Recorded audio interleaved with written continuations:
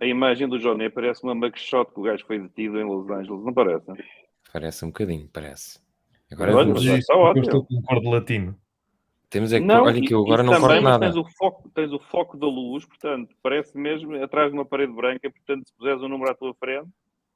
Vamos lá Não, mas estava ver. melhor como estava, era um elogio que eu estava a fazer, Pronto. até com alguma inveja. Vou pôr o genérico.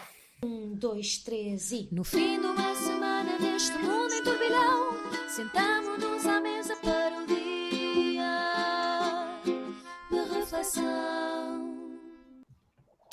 Olá, sejam bem-vindos a mais um dia de reflexão. Meu nome é José Paiva e já tenho aqui comigo Zé Pedro Silva, Maria Escaja e João Maria Joné, que está preso. É a primeira vez que temos um paineleiro que está detido e está a fazer...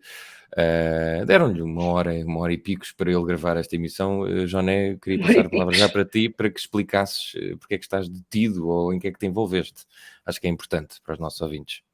Eu não me posso bronzear um bocadinho sem vocês começarem a fazer racial profiling. É absolutamente impressionante. Fomos à praia. Foi isso.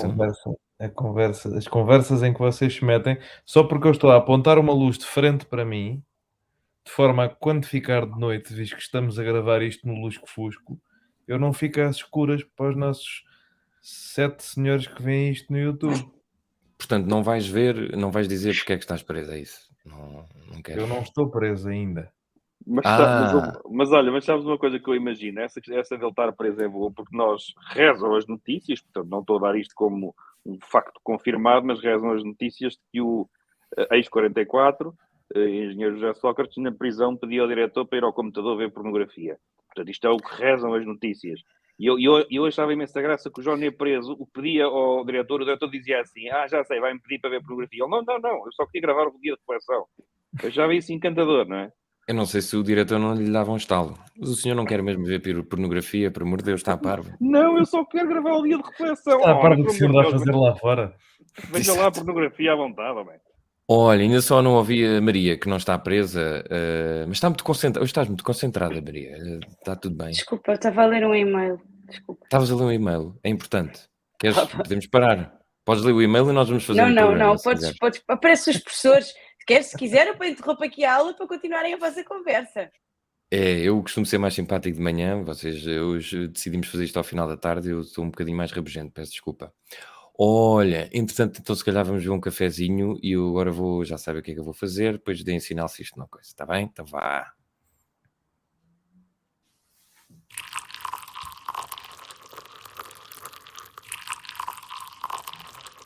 Até foram dois. E acho que já vai no terceiro. Eu continuo a achar que este é o pior som que eu podia ter arranjado, mas vou manter para propósitos de humor. Bem, Nós concordamos contigo. obrigado. O café que nós trazemos aqui hoje não é um café que, espero eu, muita gente queira beber, porque vamos falar sobre aquilo que se passou com o Dalai Lama e com uma criança. Dalai Lama, no fundo, estava num evento qualquer e deu uma beijoca a uma criança e depois meteu a língua de fora e a criança, enfim, expôs a língua. José Pedro Silva, não sei que comentário é que se pode fazer a esta questão, tendo em conta que descobrimos que deitar a língua de fora lá para os lados do Dalai Lama é um sinal de, enfim, o que é que eu posso dizer? Alegria, afeto.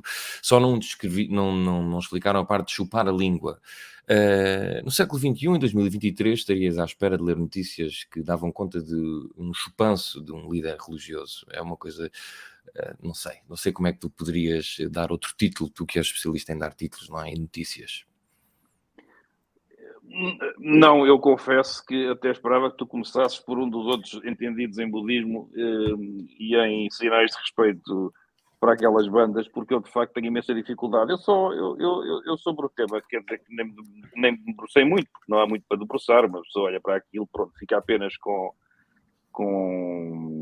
enfim, com alguma indisposição, mas eu ocorreu-me, como eu sou um empreendedor, tu sabes disso, aliás, eu todos os anos tenho uma feirinha na Web Summit. Claro. E ocorreu-me És o dos logo. cachorros, não és? Exato. Mas com certeza que até vou-te já dizer que deve ser a que vende mais no final das contas.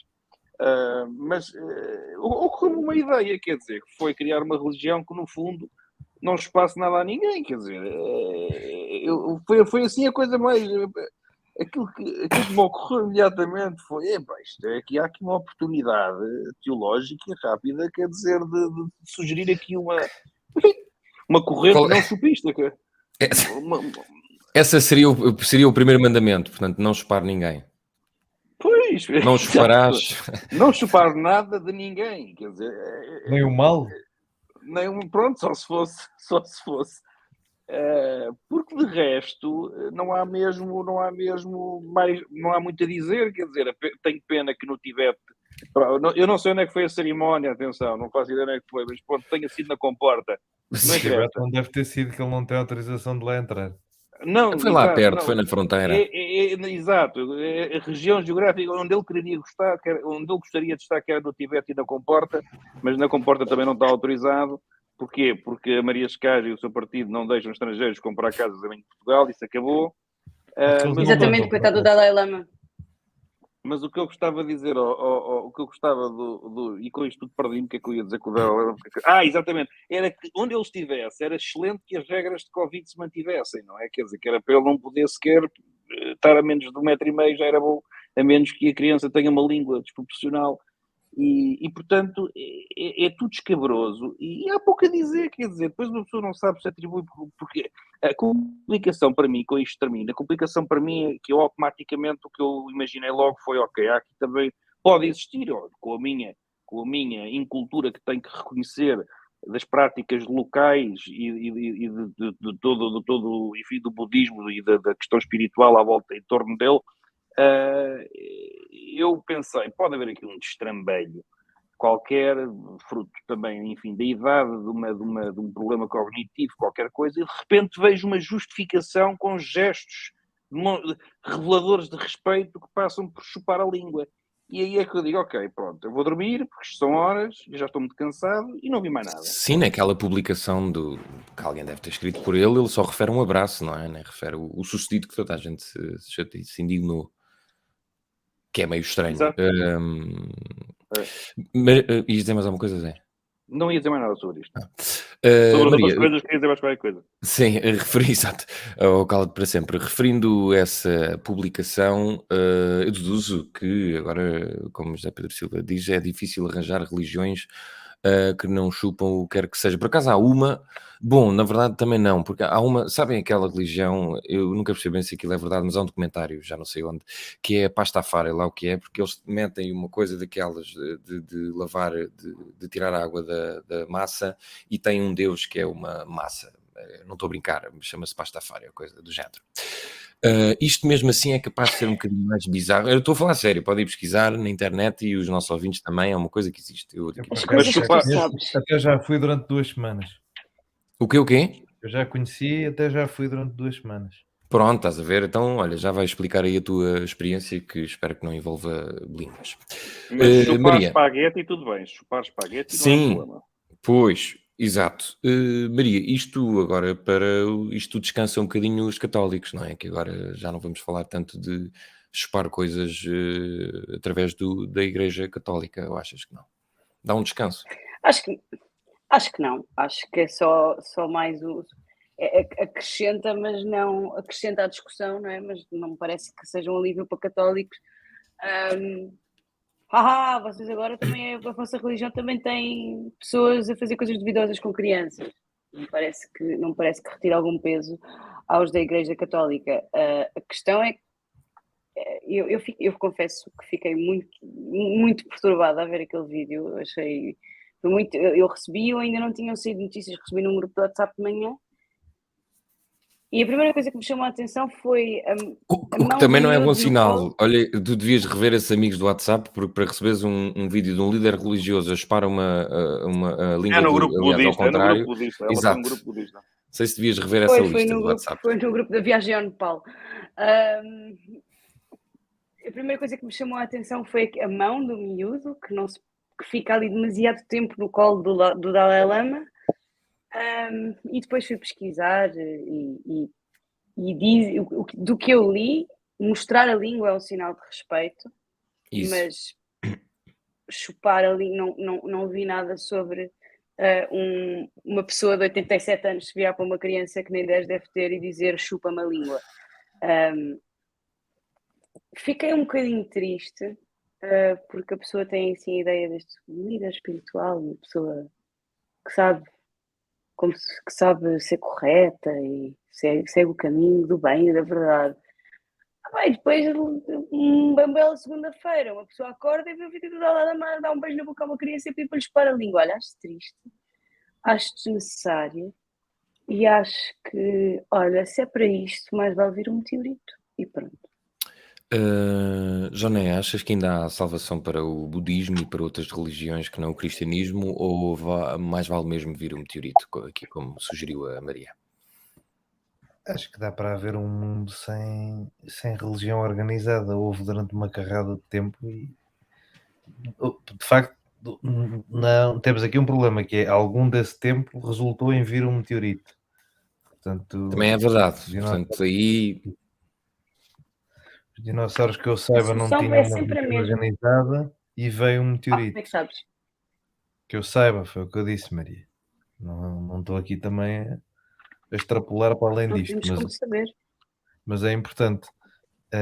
Eu não tenho nada a dizer sobre este tema. Tenho a dizer que acho mal. Sou contra. Mas queria... Então fala da tua experiência daquela religião da massa. Porque eu não sei se estavas a brincar. Estava a brincar. Só li na Wikipédia. Pronto. É uma pseudo-religião. Não... mas agora também... Olha, exato. Qual é que são as verdadeiras? Olha-me esta. Esta religião não é religião a sério, é brincadeirinha. É satírica! Mas é! É uma pseudo-religião com origem satírica fundada por Bobby Henderson em 2005. Fact-checking no dia de reflexão, atenção. Ora bem, isto é um programa mesmo a sério, digam-me um que faça isso. Então, Joné, vá, vamos lá por ordem. Eu tinha a dizer que acho mal e tinha a fazer a seguinte observação. Uma, que quando eu disse que tinha pouco a dizer sobre isto, tu devias ter dito o que é que se passa ao Dalai Lama com a lilíngua e não disseste, provando que és um péssimo moderador. Eu é assim, não sei se porque é que achas que eu tenho um humor a Nilton, mas pensei que tinhas em melhor consideração. Pronto. Deixa de estar, és um péssimo moderador, fica assim fechado o assunto. E depois, para além disso, gostava de observar que as pessoas com 80 anos assediam de uma forma muito esquisita. Uma coisa é o assediar, não é? Assim, com uma intenção sexual muito explícita, não sei o quê. Outra é o que se vê praticar-se nas pessoas com 80 anos. Tens o Dalai Lama a querer que lhe chupem a língua. Tens o Biden acusado de cheirar cabelos. Tens o Trump acusado de agarrar mulheres pela vagina, que é uma coisa que eu não sabia que existia até ele falar dela. E, portanto, eu gostava de apelar às pessoas mais velhas que têm estes comportamentos que falecessem, porque estão a fazer coisas muito estranhas enquanto estão vivos.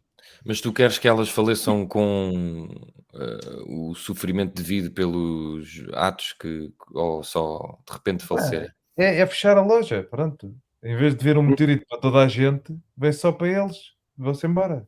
Mas tu repara uma coisa, mas o que o Johnny estava a dizer, é justamente aquilo que eu há pouco também estava a dizer, ou seja, essa questão da idade foi aquela... O meu problema foi depois, quando chega a notícia de que não mostrar a língua e, eventualmente, mostrar a língua é um gesto de grande respeito e, então, a Paula será ainda mais respeituoso. Esse é que foi o ponto, porque tu estás a dizer e bem, que uma pessoa olha para aquilo e diz, bom, isto já a malta já fritou, não é? Quer dizer, aquilo há um prazo de validade, a malta fritou, e começam a fazer estas coisas, mas logo depois vieram dizer, não, isto aqui é um gesto, é um sinal de respeito. E eu tinha só uma nota para este tema que acho geopoliticamente relevante e liga com o tema seguinte, que é, isto foi hiper promovido por contas associadas ao Estado chinês e para demonizar os tibetanos e dizer que ainda bem que os chineses foram lá civilizá-los, e que, portanto, se calhar podemos pôr o grain of salt nesta polémica dela ter sido tão cavalgada pelo Partido Comunista Chinês e pelo seu projeto imperialista para a orla do território chinês.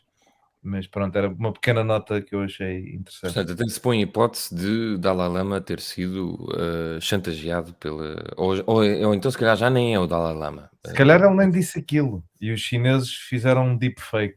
Aí é bem. Isso então. Olha, mas isso. Eu Bem, sei como é que eles são. Pois, tu conheces bem, não é? Ainda bem porque. Tenho um primo que é, trabalha O lá com quê? eles dentro. Tens um primo que é o quê? Chinês? Era uma Enfim. Continuando, porque o Joné tem que ir ler livros de humor para perceber como é que se faz uma piada. Vamos falar aqui de temas mais a Tu, para sério. perceberes uma piada das duas. Isso. Vamos falar então do nosso amigo Emmanuel Macron, que foi até à China durante 3 dias. Portanto, tem o seu país de pantanas, com manifestações por causa da reforma das pensões e pensou, se calhar vou ali 3 dias ter com o amigo Xi Jinping. Uma das várias coisas, ele deu entrevistas e tal, foi que ele veio com menos vontade de depender dos Estados Unidos da América. Diz que teme o risco dos países europeus irem parar a crises que não são as suas. Zé Pedro Silva, concordas com esta afirmação? Achas que de facto a Europa está aqui a, entre aspas, perder tempo com guerras que não nos dizem nada? A guerra da Ucrânia é um bocadinho estranho, esta frase, não é? Dizer que não nos dizem nada é meio estranho agora ao fim deste tempo todo. Ou então, se calhar, não leste Eu nada acho que ele disto, não das tinha, palavras não do era, Macron. acho que não era para essa guerra, era para a guerra comercial entre os Estados Unidos e a China. Sim, mas quando diz isto de forma geral e tendo em conta que há esse tal conflito comercial e depois mais uma guerra de facto e depois mais o que acontece entre a China ou o que está a acontecer entre a China e Taiwan, fica um bocadinho esquisito. Zé Pedro Silva, como é que interpretaste estas palavras? Faz sentido isto ou não?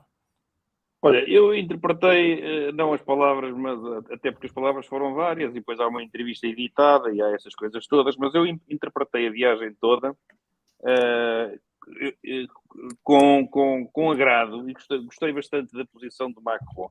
Mas antes de ir a ela, eu acho que há aqui dois lados. Ao lado, nesta viagem, ao lado da China, depois ao lado de França, naturalmente.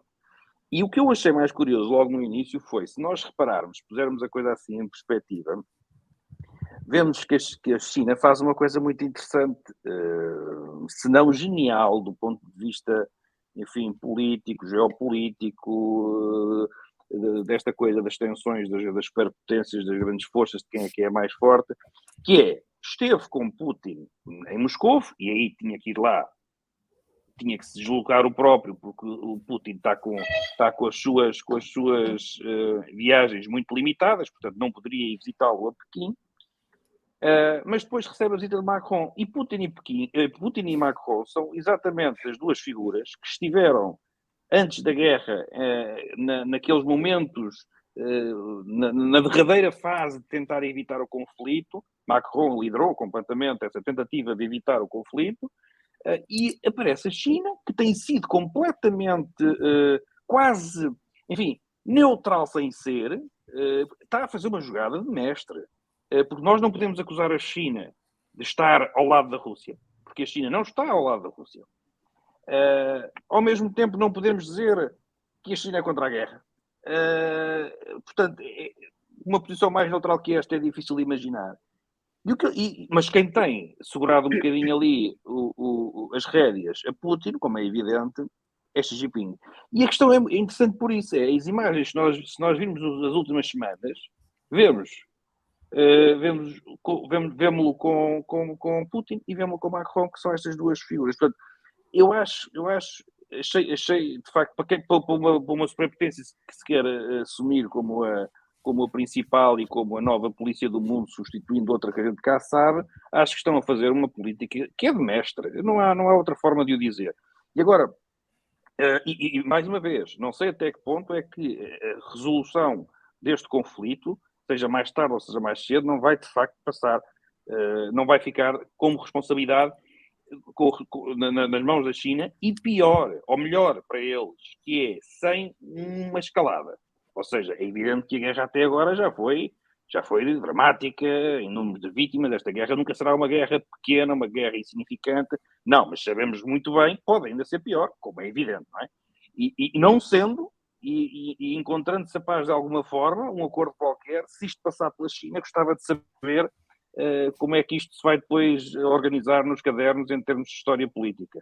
Mas em relação àquela parte da dependência, isso é uma ideia que Essa faz é- sentido, pronto. ou ele foi só lá para dizer E para para Xi não, e Jinping para não ficar terminar, chateado? Para terminar, eu agora ia ao lado francês, que é da visita. E eu aí estou com o Macron por uma razão muito simples, porque, quer dizer, aquilo que ele transmite, é evidente que já vieram dizer os especialistas que temos a questão de Taiwan e, portanto, ele quase que dá ali um agramã, uma intervenção, uma defesa ainda mais musculada do território. Já sabemos isso tudo, e tudo isso, enfim, do ponto de vista da análise está correto, mas aqui há uma parte intuitiva e há uma parte até subjetiva da opinião sobre aquilo que se deve ou não fazer. E o que me encantou em Macron é que, de facto, nós temos que desmamar um bocado dos Estados Unidos, é também a minha opinião. Isto não significa abraçarmos a outros, porque a Europa não tem que ser uma Maria vai com as outras, ou com estes ou com aqueles, mas acho que nestas tensões todas mundiais, acho que nós não sermos capazes de ninguém, e termos nós, europeus, Europa, e ter uma posição enfim, negocial entre todas as forças, acho que é de facto inteligente, independentemente dos riscos que corremos com isto, mas temos que correr riscos, porque quem não arrisca não petisca. Maria, eu sei bem que tu és especialista em assuntos chineses, portanto precisava da tua ajuda para perceber se estes exercícios militares junto a Taiwan e já alguns responsáveis chineses a dizer não se metam a fazer, não se metam para o resto do mundo, para os Estados Unidos talvez especialmente, e a Europa, faz lembrar a Putin quando também avisou de vejam lá o que é que vão fazer com a Ucrânia, porque senão isto vai ser pior. Portanto, parece que já estamos a ver uma segunda versão, e que talvez seja Macron o nosso salvador, ou não concordas com nada disso? Que foi lá pôr água na fervura. Que nos vai salvar a nós e que vai impedir a invasão de Taiwan? Ora bem, sim, faz tudo... Achas tal como tudo num foi ótimo pacote, impedir que a guerra da Ucrânia, que a invasão da Ucrânia acontecesse. De resto. Eu concordo aqui com o que disse o meu camarada Zé Pedro Silva, quando diz que faz sentido não estarmos tão dependentes dos Estados Unidos e não ser sempre o principal aliado e quem tem sempre a faca e o queijo na mão. Dito isto, também não punha os meus ovos todos no cesto chinês, porque... Mas ainda China... punhas alguns? Depende de quantos ovos tem. Ok. Eu acho que no caso português temos muito poucos. Aliás, já temos alguns ovos na China, não é? A eletricidade e assim. Portanto, não sei se... Nós temos. Sim. Ainda deve sobrar qualquer coisinha.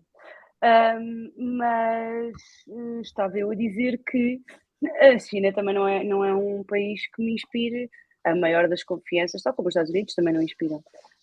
Até porque imagino que o governo chinês, desde o início da guerra da Ucrânia, esteja sentadinho a esfregar as mãos de contente e só espera que as coisas pioram. E enquanto isso, o seu mercado vai crescendo, enquanto nós estamos aqui todos... falta uma palavra, desculpa, eu estou muito cansada. Enquanto nós estamos todos aqui a entreter-nos com a guerra. É isto que eu tenho para dizer, não tenho para dizer sobre este assunto. Muito bem, Joné, não tive tempo para ler tudo. Certo, não faz mal, tiveste muito bem. Mas não vais já descansar, que ainda preciso de ti para ir mais meia hora ou 2 ou 3. Joné, então porquê é que foste tu que sugeriste este tema? Porquê é que te pareceu relevante? Aliás, esta viagem de 3 dias, achas que tem de facto impacto, ou daqui a uma semana já ninguém se lembra que Macron foi ter com o amigo Xi Jinping até para lhe pedir para chamar a Rússia à razão, se é que isso é possível e se é que isso é do interesse da China? Bem, eu vou retirar o que disse anteriormente, porque tu fizeste aqui um trabalho de moderação fantástico, na medida em que eu queria falar deste tema para criar esta, vou chamar-lhe uma pequena armadilha, em que o Zé Pedro Silva e a Maria Escaja, das suas posições à minha direita e à minha esquerda, concordavam em absoluto e discordavam em absoluto de mim, que era para eu poder ser o centrista iluminado desta conversa. Vamos lá, isso. E tu, como fizeste esta ordem espetacular, permites-me vir aqui rasgar o Macron, e isso deixa-me satisfeito. Apesar de eu ser um assumido entusiasta de Macron, e da sua reforma das pensões, por exemplo. Já falamos disto anteriormente e não deixa de ser curioso que tu tenhas dito que o país dele tem ebulição e ele tenha ido para a China, porque de facto na China, em princípio, não há problemas desses, não é? Se houver, Penso que não. passa-lhes um tanque por cima uma vez Exato. e não se repete. Mas é precisamente porque a China é assim que eu acho esta viagem um disparate. Eu acho que já passámos o momento. Eu percebo a coisa de não queremos andar a reboque das decisões dos Estados Unidos e os Estados Unidos decidiram que odeiam a China e nós agora temos de ir atrás. Mas efetivamente, para mim, a grande lição da guerra da Ucrânia e mesmo da pandemia antes da guerra da Ucrânia é que depender, dialogar, negociar, dirigir a palavra a uma ditadura dá sempre asneira. A inclusão da China na Organização Mundial do Comércio e a consequente transfusão de tecido industrial europeu e americano para a China parecia uma ideia do caraças para uma futura China democrática que se pudesse participar da Sociedade das Nações, e em vez disso resultou num regime de tal forma lunático e fechado sobre si próprio que fingiu que a pandemia mais horrível dos últimos 100 anos não estava a existir tempo suficiente para lixar o mundo inteiro. Isto não é um parceiro fiável para mim. E como não é um parceiro fiável, eu não quero qualquer tipo de diálogo. Eu acho que a posição americana, mal amanhada pelo Trump, melhor amanhada pelo Joe Biden, é a única posição possível neste momento para um país que tem uma política internacional baseada, uma política externa baseada em valores, que é o que nós dizemos que temos.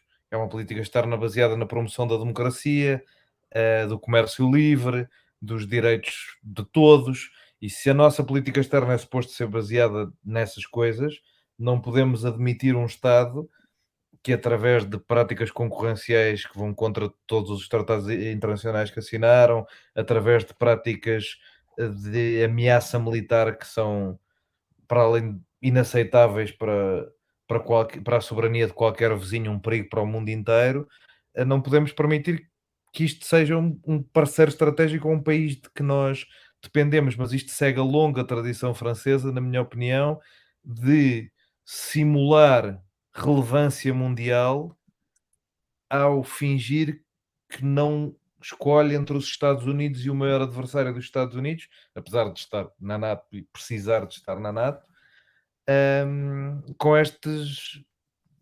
Quem veja um vídeo de promoção do Macron desta visita, vê que o Macron se sentiu ali, tal como se sentiu nas chamadas para o Putin, um líder mundial que estava entre os maiores, como a França tem que estar. Ora, o que efetivamente acontece, pelo menos há 100 anos, e já desde a Primeira Guerra Mundial, é que a França não pertence ao grupo das grandes nações. Eventualmente a União Europeia como um todo pertence a um mundo tripolarizado. E nessa ideia do Macron, com essa ideia do Macron eu até concordo, que é a União Europeia desenvolver capacidade uma autonomia estratégica necessária para, no caso de voltar um Trump da vida, poderes defender a tal política externa de valores que é suposto nós e os Estados Unidos defendermos. Agora, nós e os Estados Unidos estamos no mesmo barco. Simular o contrário para efeitos de teatro político foi giro para o De Gaulle, foi giro para o Sarkozy, foi giro para o Chirac, foi giro para o Mitterrand, mas sempre foi isso, giro. Em termos práticos, serviu só para a Europa ser um alvo de chacota, porque em vez de passarmos por frente unida, alinhada, atrás de determinados interesses, passamos por família disfuncional que tem um tio que acha que é o Napoleão. Então não achas que essa ideia de dependência dos Estados Unidos, de nos livrarmos dessa dependência, também é uma simulação? Porque o Zé Pedro defende um bocadinho essa afirmação de Eu concordo com o Macron. Zé Pedro e com o Macron que isso é necessário para o caso de haver um Trump e não dar para, por exemplo, contar com o apoio dos Estados Unidos numa situação como a da guerra da Ucrânia. Pode vir a acontecer e pode vir a ser necessário. Agora, discordo que o caminho seja a China. O caminho é a Europa falar a uma só voz. E isso não vai acontecer se um dos países europeus se portar como se fosse melhor que os outros. Esta visita é mais um exemplo da arrogância francesa enquanto enquanto ideologia política, e eu para isso não tenho muito saco. Estamos a dizer Zé uma Pedro coisa. Silva ainda queria... Sim, eu ia fazer uma última ronda, se mais alguém quiser acrescentar alguma coisa. Não, só para dizer que eu compreendo o que diz o Joné, mas eu acho que há aqui e está tudo bem dito, e lá está. Eu ainda há pouco disse que estamos sempre no campo da subjetividade, ou seja, da opinião. Isto não há ciências exatas, muito menos nestas matérias.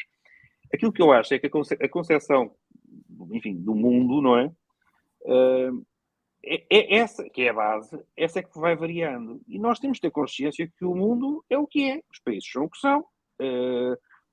Esta ideia quase de termos um planeta de 190 e não sei que democracias, são 197, 198, já não sei quais é que são os países que estão registrados na ONU, mas tudo democracias de inspiração norte-americana, quase, não é? De Tocqueville, todos liberais. Graças a Deus só o Isso, Brasil é que é uma democracia de inspiração norte-americana, porque se fossem mais, as certo? democracias funcionavam um bocadinho pior.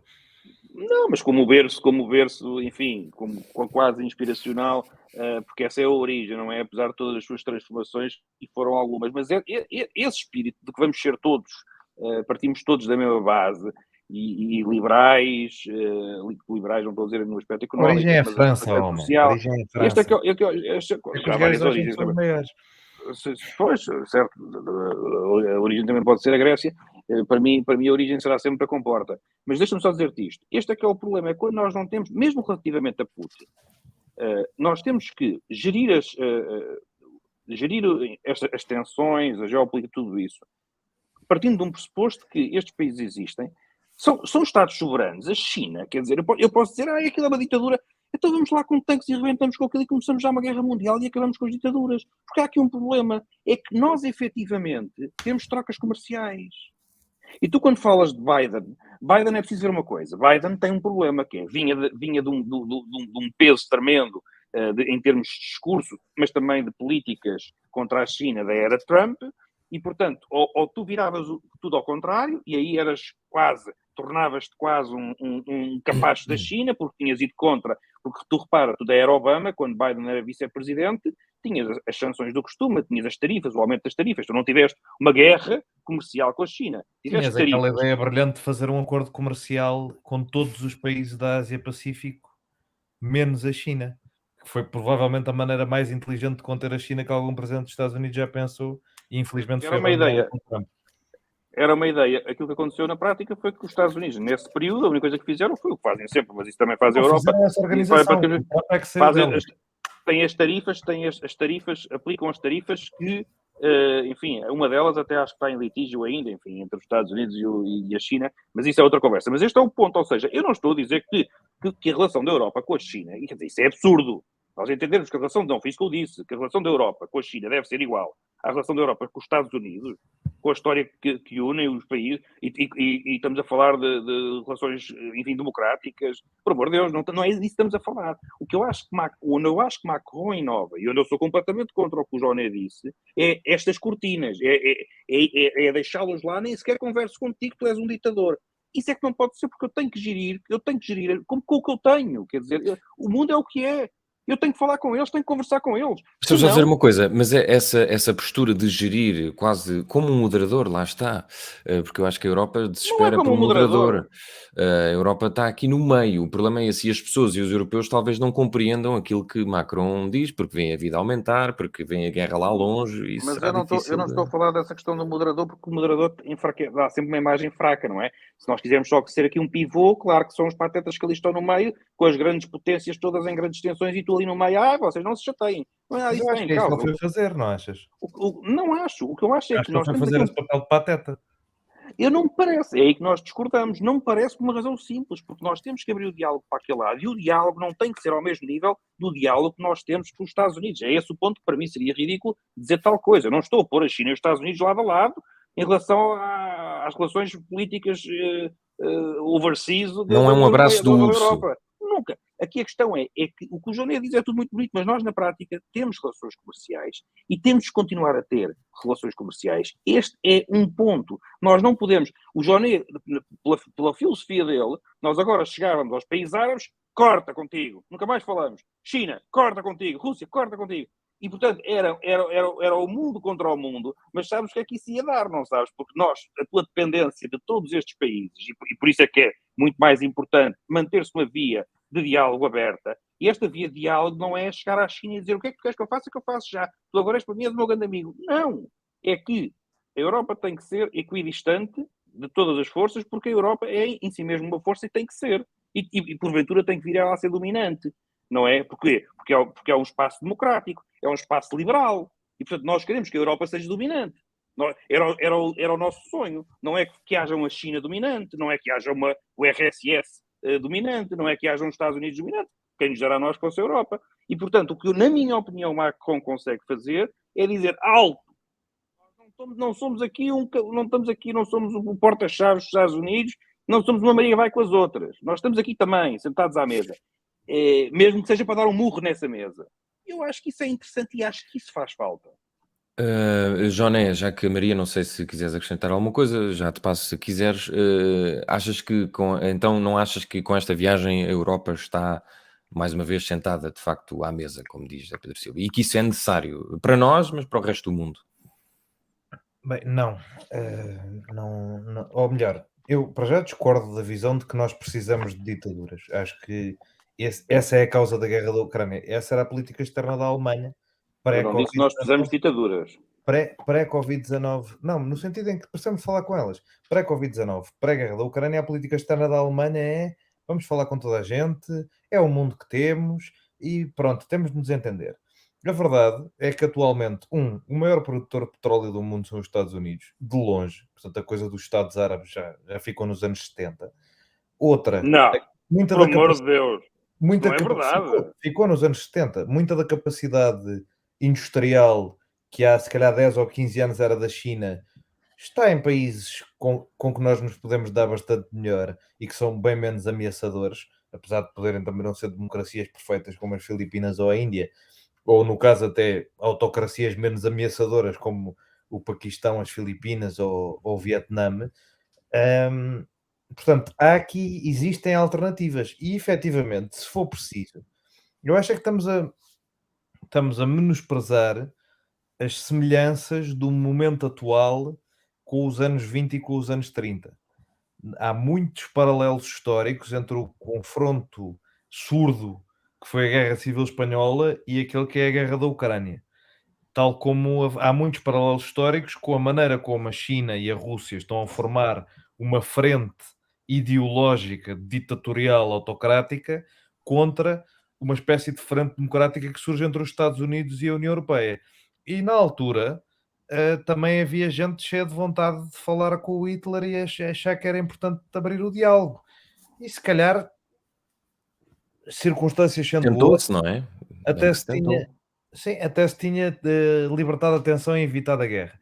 Eu acho que disse isto da primeira vez que vi este podcast. Eu acredito que estamos no rumo inexorável para a batatada. E como tal, sou de traçar uma linha na areia e dizer pronto, vamos preparar a batatada.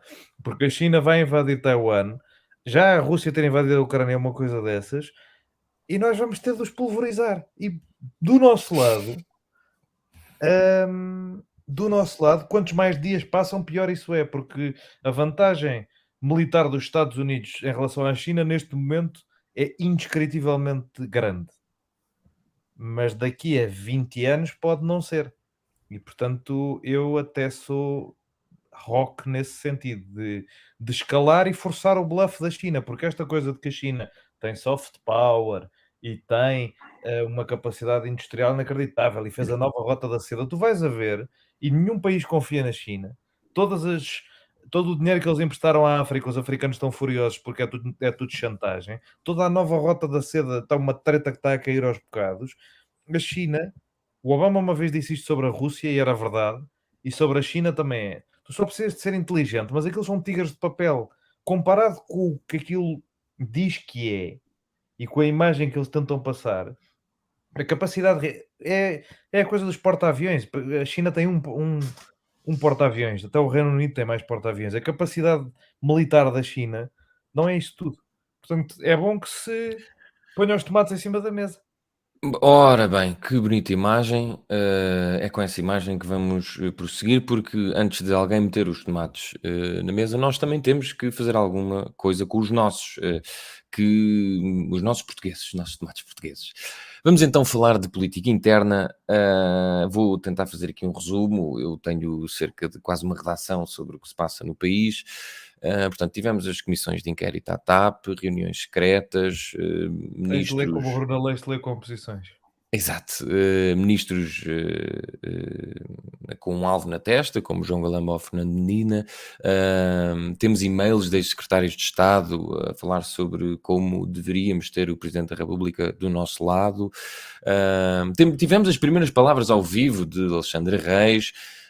Li hoje que possivelmente a TAP poderá vir a ter coimas, conversas agora sobre a bomba atómica, portanto, de dissolver o Parlamento e de irmos para eleições, e, entretanto, também temos uma imunização que não foi devolvida, o que eu achei ótimo. E também temos um ministro, aliás, um primeiro-ministro, António Costa, na Coreia do Sul, a dizer que os portugueses querem uma coisa: estabilidade.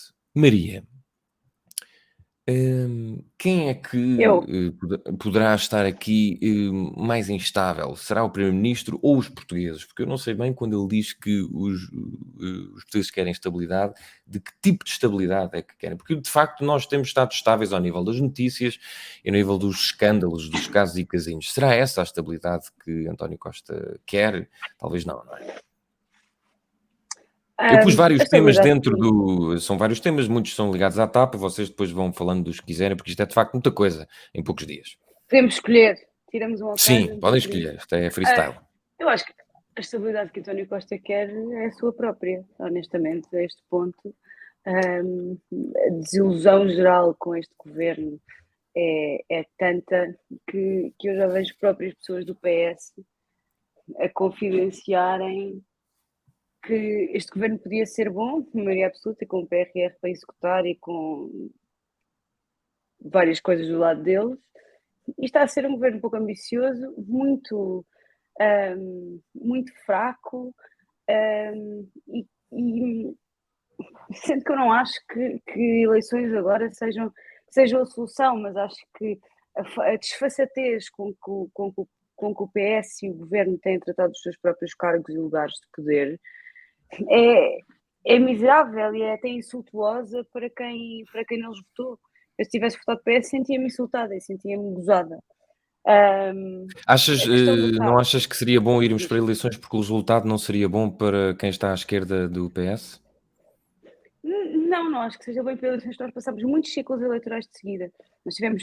Nós em 2 anos tivemos 4 eleições, tivemos presidenciais, tivemos 2 legislativas, tivemos umas autárquicas, e acho que isso sim também cria instabilidade, e ao estar de 2 em 2 anos em campanha eleitoral ou de meio a meio ano, o foco fica na campanha e acaba por sair daquilo onde realmente é necessário, porque há muitos problemas que têm que ser resolvidos. Estamos a viver uma crise que se está a fazer sentir, e não acho que a solução seja... Ou seja, não acho que uma eleição agora seja uma solução milagrosa. Sobre Alexandre Reis, acho que Alexandre Reis foi muito inteligente na forma como falou na Assembleia da República e ganhou a simpatia de muita gente, e conseguiu até passar para algumas pessoas a imagem de que ela, no fundo, foi mais uma ali aldrabada por aquele grupo de pessoas. Que já tentou devolver a imunização, não é? Pelo que eu percebi, não consegue. Senhor, eu tive para lhe mandar o meu IBAN.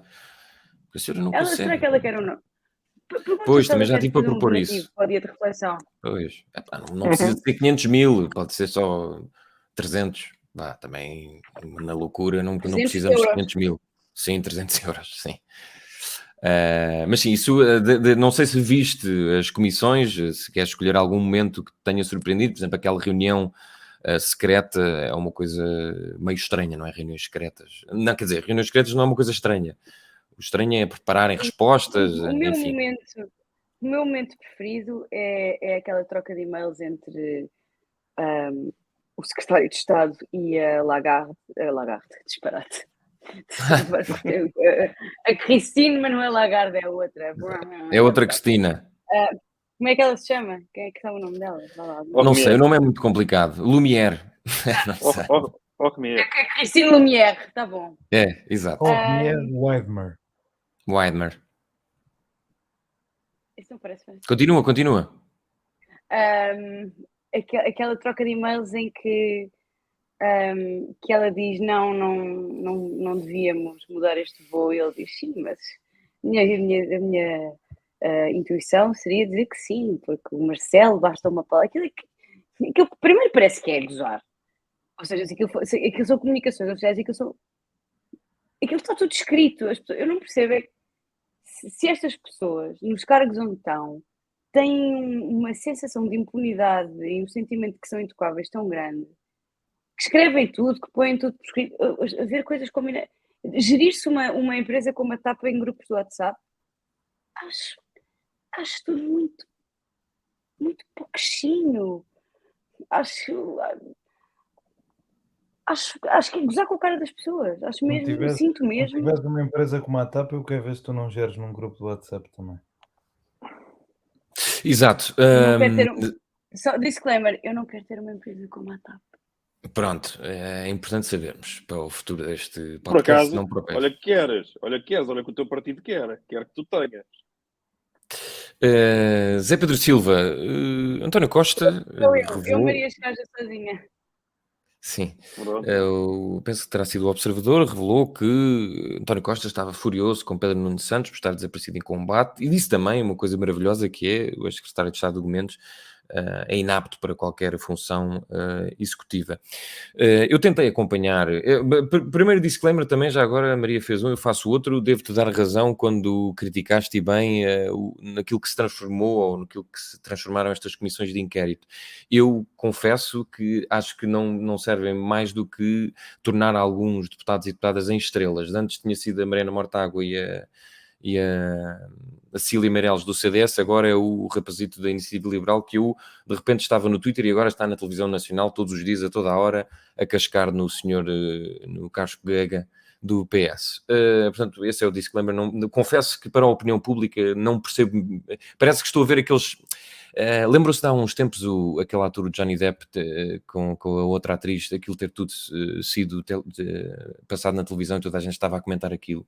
Eu sinto que as comissões de inquérito transformaram-se nisso. Sim, exatamente.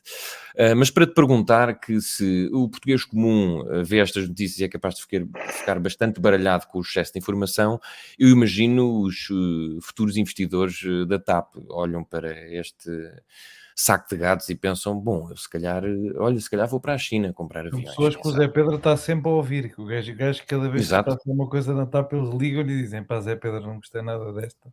Por isso é que eu estou a virar os investidores para o Zé Pedro, porque ele é que sabe com quem é que nós temos que falar. Não, mas eu estou-me completamente nas tintas para os investidores. O da TAP... Só quer saber da comporta, não é? Só quer saber da comporta, exatamente. Hidroaviões que liguem à comporta. Eu, de facto, eu também não sei muito bem para onde é que hei de começar. E a tua pergunta, como também foi um bocado vaga, também não consigo saber, também não me ajudou. O que é que os portugueses, enfim, pensam? Sim, se acredito, porque... esqueci-me de uma coisa. Porque o guru da comunicação que o Johnny adora, o Luís Paixão Martins, disse em tempos que TAP poderia ser, é um ativo tóxico para este governo. A questão é se os portugueses acham mesmo que isso poderá ser um tema para derrubar um governo. Se eles se importam mesmo, que será isso, não é? Eu só acho que isto, para mim, não é surpresa nenhuma, porque há muito que defende que a nossa classe política atingiu completamente. Bem, eu ia dizer que atingiu o seu pior nível, mas deixa-me estar calado que isto ainda pode descer um bocadinho mais. Eu acho que isto enfim, são sinais de tudo isso, porque tudo aquilo que se assiste, o Presidente agora vem dizer que não dissolve porque não há uma alternativa à direita. Isto é uma coisa do arco da velha de se dizer. O nosso governo, a partir do momento em que o Presidente diz isto, deixa de ter legitimidade praticamente, porque só não é dissolvido o Parlamento, porque não há alternativa à direita. E nós sabemos que a questão não é não existir alternativa à direita, mas sim uma alternativa à direita que nós sabemos os riscos que comporta e, sobretudo, sabemos o prazer ou o amor que o Presidente da República tem por eles, depois daquelas pegas que teve com o seu líder nos debates, e, portanto, Marcelo, só por cima do seu cadáver, é que dá uns 20 ou mais de 20% ao Chega, por provocar uma crise política no meio desta agitação social toda. Portanto, este é o problema. Mas exagero. Mas que exagero, é o que eu te digo.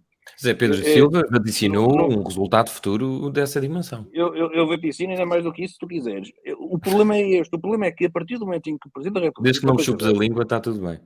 A partir do momento em que o Presidente da República diz uma coisa destas, isto atinge uma gravidade. Mas repara, nós estamos de tal forma anestesiados que nem sequer... E Marcelo também, como é a verborreia que se conhece também, o que ele diz já rica pouco.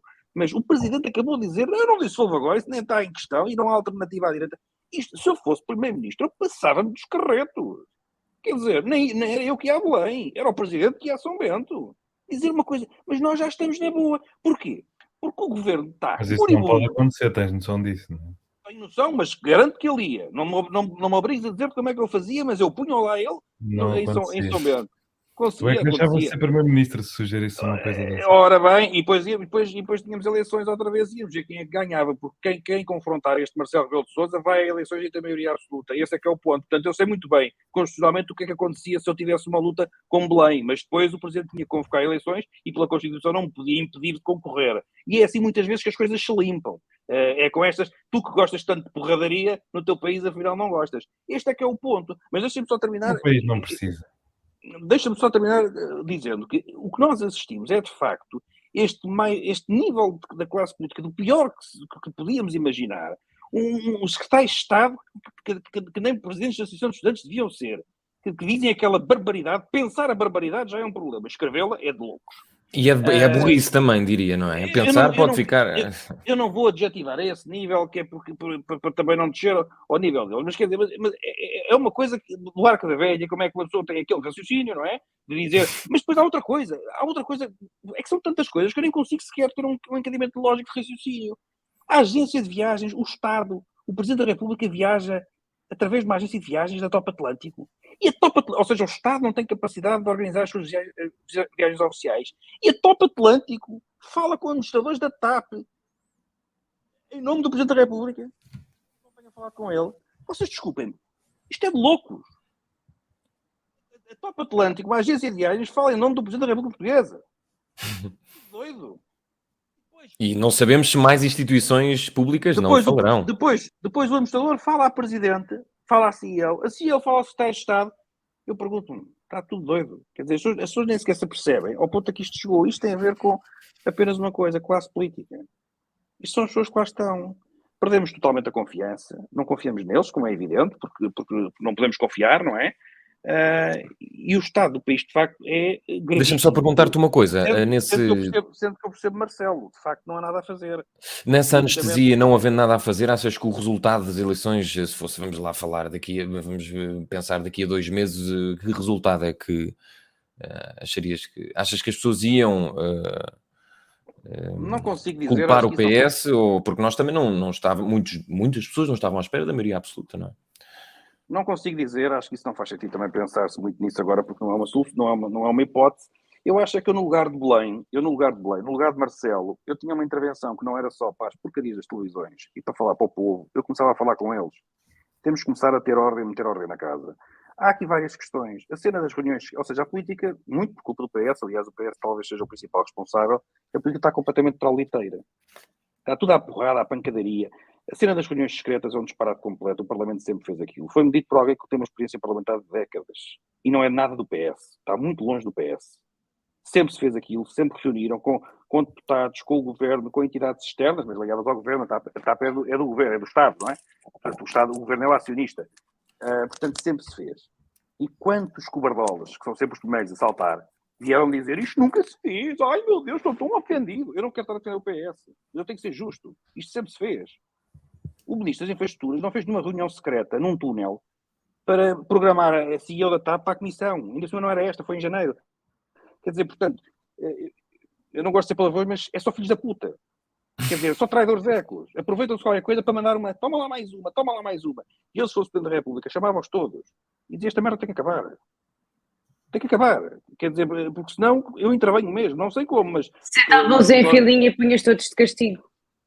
não saiam de Belém enquanto não encontrássemos uma solução, mas esta palhaçada... Falta-nos só saber o que é que farias enquanto Presidente da Assembleia da República e enquanto Presidente do Tribunal Constitucional. De resto, é cobrir. Mas se quiser já dizer, antes de eu passar para o Janeiro, também podes deixar escrito. Não, que ele Dito, estava a aliás. provocar porque eu já passei pelos outros todos, mas acho que o Presidente da Assembleia não esteve bem nesta matéria das reuniões, porque ele saberá perfeitamente que estas reuniões sempre ocorreram, sempre tiveram lugar com todos os partidos, com todos os governos, e portanto veio fazer aquela figura de isto já se passava, mas se calhar não é boa, se calhar não é boa. Ou seja, vai tudo. Não há políticos em Portugal neste momento, eu estou a generalizar, claro que há, mas há poucos que tenham personalidade, que tenham convicções, que digam o que pensam. Está tudo a querer falar para a televisão, para agradar. É como a malta do Twitter. Está tudo a querer fazer o Twitter para ser muito viral, porque disse uma coisa que agradou muita gente. E então os políticos é a mesma coisa. Vão para a televisão dizer qualquer coisa para as pessoas. Sim senhora. Pá, não digam isso. Quer dizer, digam a verdade. Sejam um bocadinho como o com Vítor dois Gaspar. políticos do Twitter no painel ao mesmo tempo. Isto realmente já não há maneiras. Exato. Joné quer porrada lá fora, Zé Pedro Silva quer pancadaria cá dentro, ou reunir as tropas para uns belos açoites. Joné, duas coisas. A primeira é se Marcelo, quando diz que não há alternativa, Luís Montenegro torna-se cada vez mais pequenino. Parece-me cada vez mais pequenino. E se nós, de vez em quando, o PS, aliás, o PS, estamos habituados a que fale, ou que vá falando a uma só voz, através de António Costa, mas tivemos Augusto Santos Silva, Carlos César, portanto, alguns barões do Partido Socialista a criticar estas condutas relativamente à TAP. Achas que o PS também está a implodir ou terá força suficiente, já que, de facto, pode não mesmo haver uma alternativa, ou uma alternativa que satisfaça Marcelo Rebelo de Sousa, à direita? Carlos César e Augusto Santos Silva Barões, talvez Barões da Mocada, que seria um bom nome para uma banda na série Pôr do Sol, não é? Mas vocês também estariam lá, atenção, tu e o Zé Pedro Silva, um na bateria e outro no clarinete. Eu fico no E eu triângulo. a fazer assessoria de imprensa. Isso. Exato. Quanto a Luís Montenegro ficar pequenino, eu ando a dizer isto aqui há muito tempo, não é? Já nem tem graça. Luís Montenegro é o quarto político do PSD mais importante de Portugal, a seguir a Marcelo Rebelo de Sousa, Carlos Moedas e Pedro Passos Coelho. Isso é uma maçada, porque ele é o líder do PSD. Calha-lhe mal ser o quarto, não é? Em princípio devia ser o terceiro vice-presidente dele, essa pessoa, e não ele. E portanto, isso sim, de facto, é fragilidade atrás de fragilidade. O Luís Montenegro, aliás, tem estado a ter uma semana fantástica. Começou na segunda-feira a acusar o primeiro-ministro de achar apenas gravíssimo uma coisa, em vez de muitíssimo gravíssimo, talvez, não sei. E hoje respondeu ao Presidente da República na segunda-feira, hoje quarta-feira, a dizer acho mal o que disse, porque de facto há alternativa. Só que ela demora 2 dias a chegar, é assim, jet lag ou o que é. Mas, portanto, de facto é um bocadinho deprimente o espetáculo que o Luís Montenegro apresenta aos portugueses, de esta afirmação da alternativa tão forte, tão forte, tão forte, que até se esquece de demonstrar que é no dia em que a coisa acontece, só se lembra 2 dias a seguir, quando já estão a falar outra coisa qualquer. Não augura nada de bom para o PSD e para o resultado eleitoral das europeias, mas é o que temos, é uma tristeza. Eu também estou muito com o Zé Pedro Silva nesta coisa da sonsice, em relação, mas até vou mais longe, até em relação aos e-mails, aos WhatsApps, às agências de viagens. Por que raio é que nós nos convencemos que os políticos não são uma representação fiel das pessoas que estão abaixo deles? O que é que em Portugal, no vosso dia-a-dia, não se resolve às 3 pancadas, a contratar um serviço que afinal não era preciso, mais ou menos a tentar perceber como é que isto se há de desenrascar, porque entretanto marcámos mal um horário e ninguém se cruzou. Portanto, eu tenho alguma dificuldade em dizer isto cambada de incompetentes horríveis, e que coisa inaudita, porque efetivamente isto parece-me tudo relativamente natural. Eu não tinha a expectativa que a TAP fosse muito melhor gerida do que isto. Se tivesse, se calhar estaria até algo preocupado com aquilo de dar tão maus resultados. Porque até vou mais longe, se vocês forem ver a investigação ao Boris Johnson por causa das festas. Se forem ver a investigação do 6 de janeiro, vocês têm noção do quão parecidos com as pessoas normais os políticos são, mesmo no topo do poder mundial, não é? A pessoa vai ver aquelas mensagens do Boris Johnson ou aquelas mensagens do Trump e pensa, pá, este gajo podia ser o meu tio a tentar resolver um problema que tem no telhado, não é? Pronto, mandou umas mensagens um bocado toscas, enganou-se no gajo, fez uma coisa que não devia, perdeu ali 200 euros que não lhe dava jeito de ter perdido. Pá, Portanto, os políticos não deixam de ter traços de pessoas comuns, sim, mesmo quando não são ascendem. pessoas, apesar de às vezes eles próprios deixarem de querer ser. E aí, eu acho que isto é sonsice, porque há muita coisa do político, o homem perfeito, homem providencial, que lidera melhor que toda a gente e que nunca reconhece um erro. O mais cómico para mim disto tudo é o Hugo Santos Mendes ter andado aqui completamente aos papéis e não conseguir dar uma entrevista a dizer tipo, olha porra, de facto eu não era feito para ser CEO, co-CEO da TAP, se calhar tinha mais valências em Sociologia. Faria sentido, não é? Tipo, um gajo formado em Sociologia, eu sou formado em Ciência Política e Relações Internacionais, em princípio não dava jeito eu gerir um banco. Mas essa ideia de honestidade não é muito praticada na política portuguesa, não é? Pois, mas era isso que se calhar fazia falta, porque põe-se os políticos... Mas quem é que há? Mas, João, desculpa lá, mas quem é que há? É que eu lamento imenso, mas eu, tanto neste governo como nos anteriores, salvo honrosas exceções de pessoas que deixaram, enfim, uma vida privada, ou não é também não acho que a dedicação à vida pública seja, de facto, uma asneira, não é?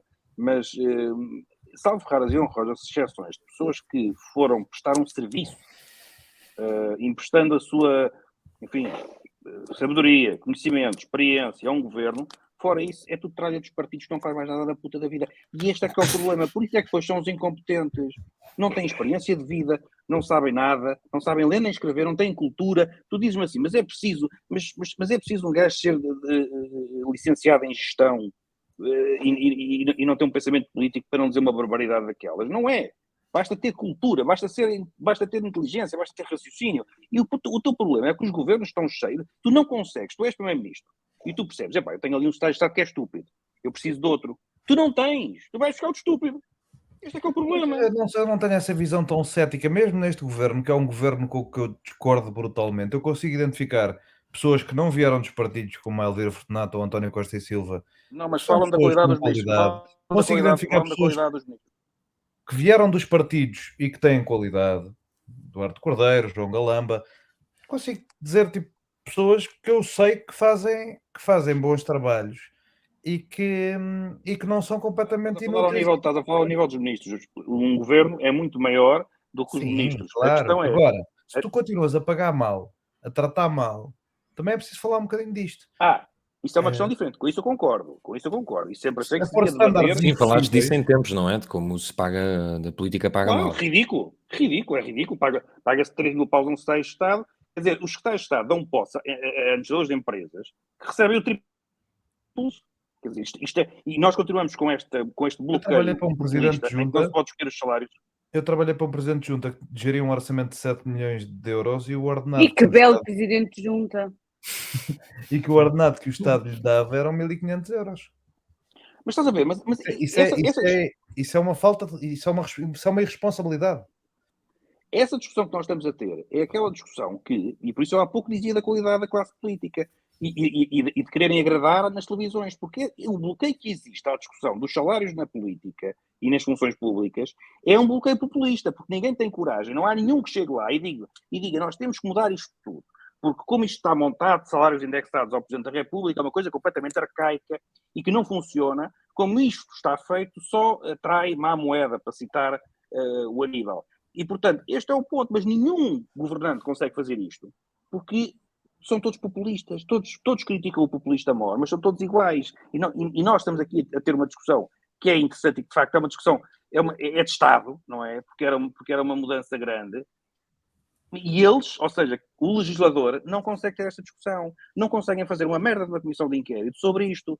Conseguem estar... Eu no outro dia liguei à RTV, no outro dia, ontem, acho eu, ontem, não sei. Às 11... Foi ontem, era o Manuel Beja. Às 11h30 da noite, estavam com uma discussão. E todos lá entretidos, os deputados e o Manuel Beja. a falar de uma coisa que não interessa ao menino Jesus. Quer dizer, nós temos um país que é o terceiro que tem mais fuga de capitais para o estrangeiro, para paraísos fiscais, mais dinheiro escondido. Temos estes problemas todos ao nível mesmo da administração pública do Estado.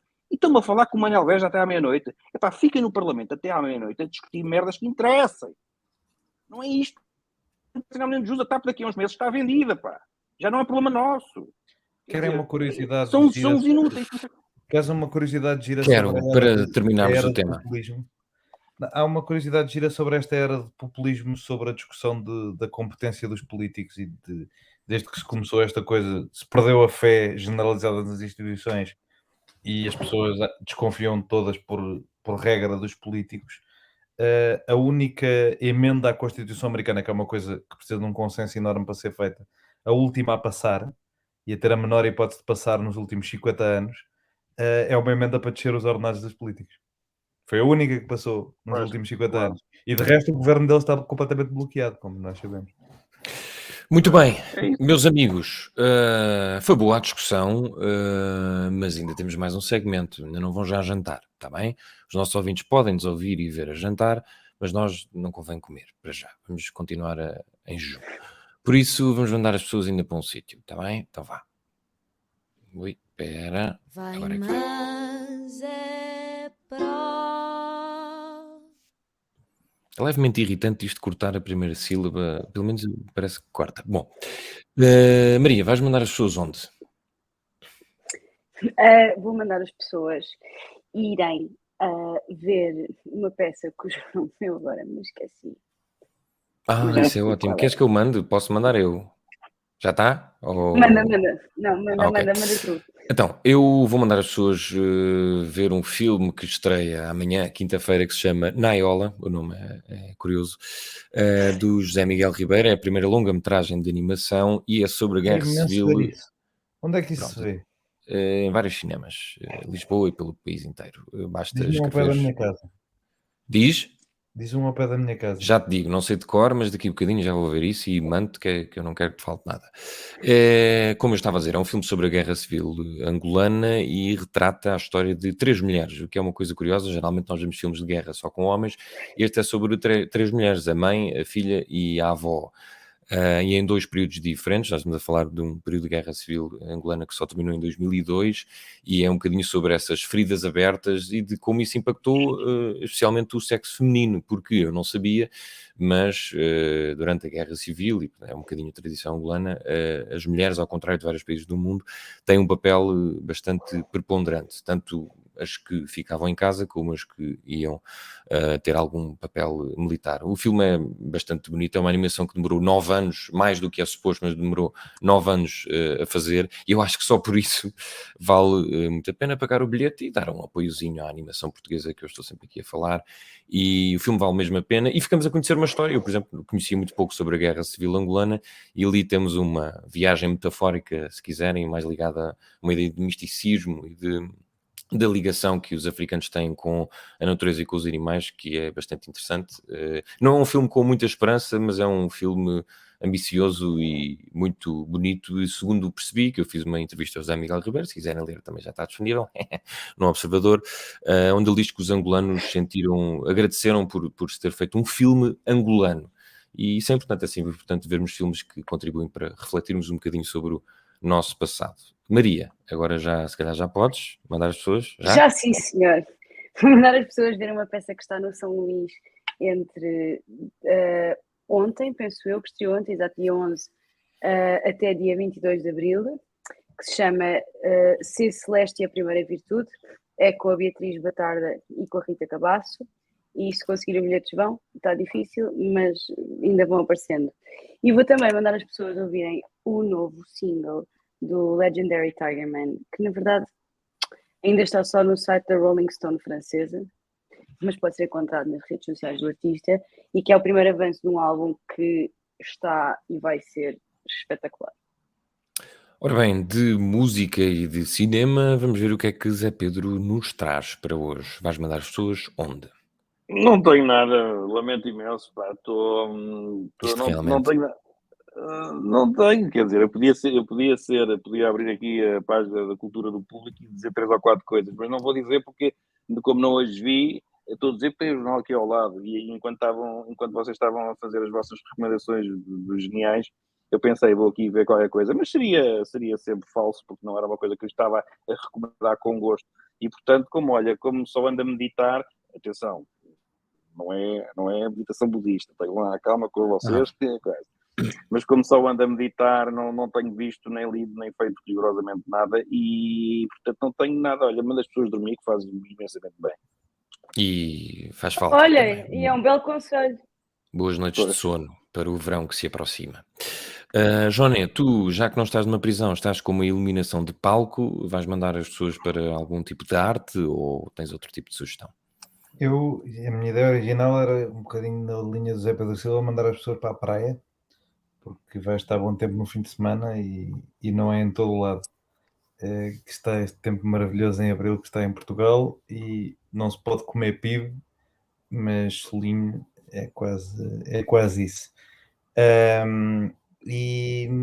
Há quem aproveita essa sugestão para apanhar sol no rabo. Não sei se sabiam que há essa prática também. No ânus mesmo. Mas pronto, para além desse disparate que tu disseste agora, também Não é um disparate, é uma coisa que as pessoas fazem, desculpa lá. Pronto, é um disparate que tu disseste. Para além Estás a insultar as pessoas. E a ti? Não, mas eu não faço isso, eu não ponho o meu ânus virado para o sol, atenção. A ti, acima de tudo, por teres falado disso. As pessoas que fazem também. Mas posso recomendar o livro que eu estou a ler, porque estou a gostar imenso. Chama-se Fear and Loathing e é do Hunter S. Thompson, mas não é o famoso Fear and Loathing in Las Vegas. É Fear and Loathing on the Campaign Trail 72 e é sobre as eleições presidenciais americanas de 1972, mas não é nada sobre isso, é sobre um gajo beber muito álcool e a mandar muitas drogas enquanto acompanha cinicamente o fenómeno político. Isto está bem escrito, é divertido. Quem é o autor? É o Hunter S. Thompson. Exato. É o Gonzo. Exato, esse senhor inventou o Gonzo Journalism. Esse é um gênio, pá. E esse filme é incrível. Já agora, se quiserem ver, também o Fear and Loathing in Las Vegas é uma grande fritaria, mas se não forem à praia também vou assustar. Desculpa. Mas ele era completamente maluco, sabes disso? Sim, ele era completamente chanfrado. Sim. Muito chanfrado mesmo. Ele em 72 já fez muitas das suas coisas mais chanfradas, como concorrer para xerife de Aspen num partido chamado Freak Power Party, a defender a legalização de drogas muito pesadas em Aspen, que é um sítio onde os queques americanos passam férias de neve. E portanto é um gajo divertido. O livro está bem escrito. É uma espécie de. Olha, já agora, tu mandaste vir o livro ou compraste cá? Os livros dele não são muito fáceis de apanhar cá. Eu sempre vou à feira do livro, procuro. Deram-me nos anos, mas acho que mandando vir se faz bem. Mandando vir da Amazon faz-se por 12 euros. O que é simpático, ainda é um livro de 500 páginas. Pronto, é a minha recomendação. Afinal, foi muito melhor do que eu achei que ia ser. Não foi má, não. Depois, para o próximo, traz uma anedota. Está bem? Para ver se melhoramos isto. Bom, para ver se eu não me rio. Está terminado mais um dia de reflexão. Muito obrigado a todos. Estiveram todos muito bem. Nota 5 para todos pela primeira vez, desde que estamos juntos. Desculpa, eu na minha autoavaliação dou-me 4. Pronto, está bem. Porque não seja falado, então tu não te irritaste. Não seja, olha, não passa essa ideia que isso depois, hoje em dia, não é bom. Que eu só me irrito com a mulher do dia de reflexão. Depois, quando a mulher fala muito, exato. Exato. Está feito, beijinhos e olha, até para a semana. Estamos em todas as plataformas, YouTube, Spotify e uma qualquer que seja budista, não sei, mas tenham cuidado com as puderem todas ao mesmo tempo.